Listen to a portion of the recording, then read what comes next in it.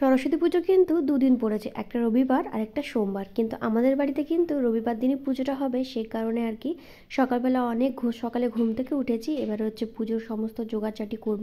ঘরটার মুছে পরিষ্কার করে দিয়েছি, আর নিচে একটা কাকিমা এসেছিলো, সমস্ত কিছু আমাকে একটু গুছিয়ে দিচ্ছিলো, যেহেতু প্রথমবার করছি আর মাও এখানে নেই, সে কারণে কাকিমাকে ডেকে নিয়েছিলাম সব কিছু একটু গুছিয়ে দেওয়ার জন্য। তো এদিকে আমি স্নান টান করে নিয়েছি, আর তারপরে হচ্ছে রেডি হয়ে নিচ্ছে, একটু শাড়ি পরবো, যেহেতু সরস্বতী পুজো শাড়ি তো পরতেই হবে। আর এদিকে মামামে দেখো ঘুম থেকে উঠে অলরেডি দুষ্টুমি স্টার্ট করে দিয়েছে, আর ওকে হচ্ছে ফ্রেশ করিয়ে দিয়েছি। এরপরে যাবো হচ্ছে ওর খাবারটা বানাতে, ওকে খাইয়ে দেবো। আর দিকে কাকিমা দেখছি সমস্ত ফল টল কেটে প্রায় সমস্তটাই কিন্তু জোগাড় করে দিয়েছে। তো ওইদিকে পুরোহিত মশাইকে ফোন করলাম, তো উনি বললেন 11টা সাড়ে 11টার দিকে আসবেন, আর তাই জন্য মামাকেও স্নান টান করিয়ে দিয়েছি। আর এইদিকে হচ্ছে মামাকে একটু আলতা পরিয়ে দিচ্ছি। আর ওর পায়ে এতটাই সুড়সুড়ি লাগছে আর খুবই কান্নাকাটি করছিল। তো মামামের মিমি আসবে, মিমি এসে হচ্ছে ওকে রেডি করে দেবে। আমি যেহেতু শাড়িটা খুব একটা ভালো নিজেও পরতে পারি না আর কাউকে পরাতেও পারি না, তো ওদিকে পুজোর সমস্ত কিছুই আমার জোগাড় হয়ে গেছে, পুরোহিত আসার অপেক্ষা করছি। তো তারই মাঝে ভাবলাম যে সবাই তো উপোসই রয়েছে, মানে আমি উপোস রয়েছি আর আমার জন্য বড় কিন্তু কিছু খাইনি। তো সেই কারণে হচ্ছে একটু লুচি আর আলুর দম বানাবো। তো তার জন্য হচ্ছে ময়দাটাকে আগের থেকে মেখে নিচ্ছি আর আলুটা সেদ্ধ করে নিচ্ছি। আর এদিকে মাম্মির মিমি অলরেডি ওকে সাজাতে শুরু করে দিয়েছে, আর শাড়িটাকে এত সুন্দর করে পরিয়েছিল, দেখো একদম একটা ছোট্ট সরস্বতী মনে হচ্ছে দেখে। তো এই যে এখন মামামকে রেডি করছে, আর অলরেডি পুরোহিত মশাই ঢুকে গেছেন। আর যেহেতু মামামের আজকে হাতে খড়ি হবে, ওই কারণে হচ্ছে ওকে নিয়ে বসতে হবে। তো দেখো কি সুন্দর করে দিদি ওকে একদম সাজিয়ে গুছিয়ে দিয়েছে, রেডি করে দিয়েছে। তো পুজো এদিকে শুরু হয়ে গেছে, আর এই যে দেখো পুরোহিত মশাই সমস্ত কিছু জোগাড় করে নিচ্ছে।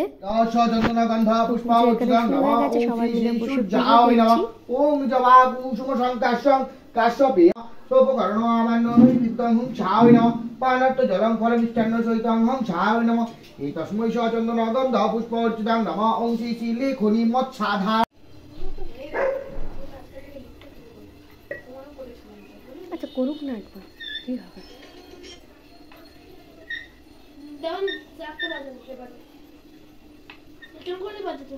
ওয়াও, কি লিখেছো? আবার লেখো।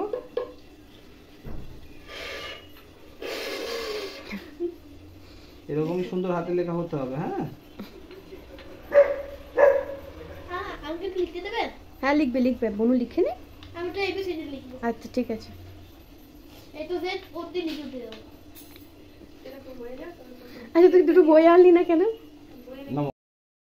তো ওদিকে মামামের হাতে খড়িও হয়ে গেছে, আর মামামের জন্য যে স্লেটটা দেওয়া হয়েছিল সেটার মধ্যে পুরোহিত মশাই একটু সিঁদুর লাগিয়ে দিচ্ছে। তো বসে বসে সবাই পুজোটা দেখছি, আর বেশ ভালোই লাগছে, প্রথমবার বাড়িতে পুজো করছি নিজের হাতে। তারপরে হচ্ছে পুজো টুজো কমপ্লিট হয়ে গেছে, তারপরে মামামকে নিয়ে একটু ছাদে চলে গেছিলাম কয়েকটা ফটো তুলবো বলে। তারপর হচ্ছে শাড়িটাকে খুলে দেবো, বাচ্চা মানুষ বেশিক্ষণ শাড়ি পরতেও পারবে না। তো উপরে আমি একটু ফটো তুলছিলাম, আর আজকের ওয়েদারটা একদমই ভালো না, পুরো মানে চারিদিকটা একদম কুয়াশাচ্ছন্ন রয়েছে, রোদ একদমই ওঠেনি। আর আজকের দিনটা সবাই কিন্তু খুব ভালো এনজয় করো। টাটা, ভালো সরস্বতী বলা সবাইকে, সবাইকে হ্যাপি হ্যাপি সরস্বতী সরস্বতী পুজো পুজো। না আমি আর কোথাও যাব না, আমি এখন ঘরে রেস্ট নেব। চলো চলো মা আনছে, চলো নাচ করাতে। তারপর নিচে চলে এসেছি, প্রচণ্ড খিদেও পেয়ে গেছে, আর প্রথমে একটু চা খেয়ে নিয়েছি। চা খেয়ে এবার গরম গরম লুচিগুলো ভেজে নিচ্ছি, আর লুচির সাথে এই যে ঝটপট করে একটু আলুর দম বানিয়ে নিয়েছি, আর মিষ্টি রয়েছে। তাড়াতাড়ি করে খাবারটা খেয়ে নেব। আর অলরেডি এখন ঘড়িতে প্রায় 1:45 কাছাকাছি হয়ে গেছে। মামামকে একটু সেদ্ধ ভাত খাইয়ে দেবো, ওকে যেহেতু লুচি খাওয়াবো না দুপুরে, আর আমরা এটাই খেয়েছি। আর ইচ্ছে ছিল খিচুড়ি বানাবার, কিন্তু দুপুরে এতটাই দেরি হয়ে গেছে, ওই কারণে আর খিচুড়ি বানাইনি। বিকেল হয়ে গেছে, এখন মামার বাবা বলে চলো একটু ঘুরে আসি। তো আমি এখানে রেডি হয়ে নিয়েছি, আর মেয়েকেও কিন্তু রেডি করে দিয়েছি। তো আজকে ঠান্ডাটা একদমই নেই, কিন্তু বাইকে হচ্ছে মামামকে একটু মাথায় মাফলার পরিয়ে দিয়েছি, যেহেতু ঠান্ডা যদি বাচ্চা মানুষ লেগে যায় সেই কারণে। ঠান্ডাটা একদমই কমে গেছে।